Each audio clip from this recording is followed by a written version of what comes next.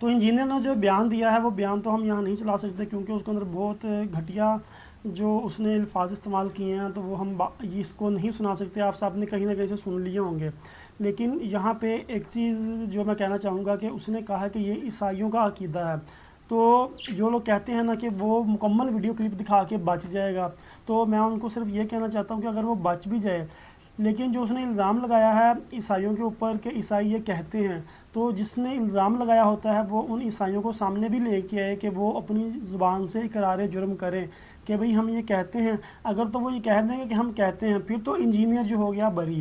لیکن اگر ان کا یہ عقیدہ نہیں ہے اور وہ ان کو ایسا نہیں مانتے، تو بھئی پھر تو یہ پورا پورا پھنس گیا۔ اور ایک بات یہاں پہ اور کہ کسی کا عقیدہ کیا ہے، وہ تو آپ کسی بھی کفار کے پاس جائیں گے، کسی بھی مذہب کے پاس جائیں گے، تو ظاہری بات ہے ایک مذہب دوسرے کو برا بھلا ہی کہتا ہے، ٹھیک ہے؟ تو آپ کو کیا ضرورت ہے کہ آپ کسی کے مذہب کی باتیں خود کریں؟ آپ کو یہ اختیار کس نے دیا؟ آپ کو یہ اجازت کس نے دی؟ ایک کرسچن اور مسلمانوں کی دو کمیونٹی ہے جن کو آپس میں لڑوانے کے لیے بہت بڑی سازش کی گئی تھی، جس کو علماء کرام نے بر وقت کارروائی کروا کے اس کو ناکام کر دیا۔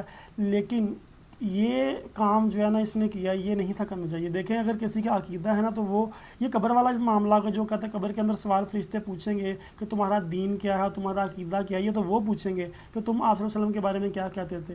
لیکن اگر آپ یہ مائک لے جا کے غیر مسلم ہیں ان کے پاس مائک لے کے جائیں گے تو آپ پوچھیں گے، تو وہ ظاہری بات ہے وہ جو سمجھتے ہیں وہ وہی کہیں گے۔ تو آپ کو کیا ضرورت ہے کسی کی بات کسی کے منہ سے نکلوا کے آپ عوام کے سامنے رکھیں صرف اور صرف انتشار پھیلانے کے لیے؟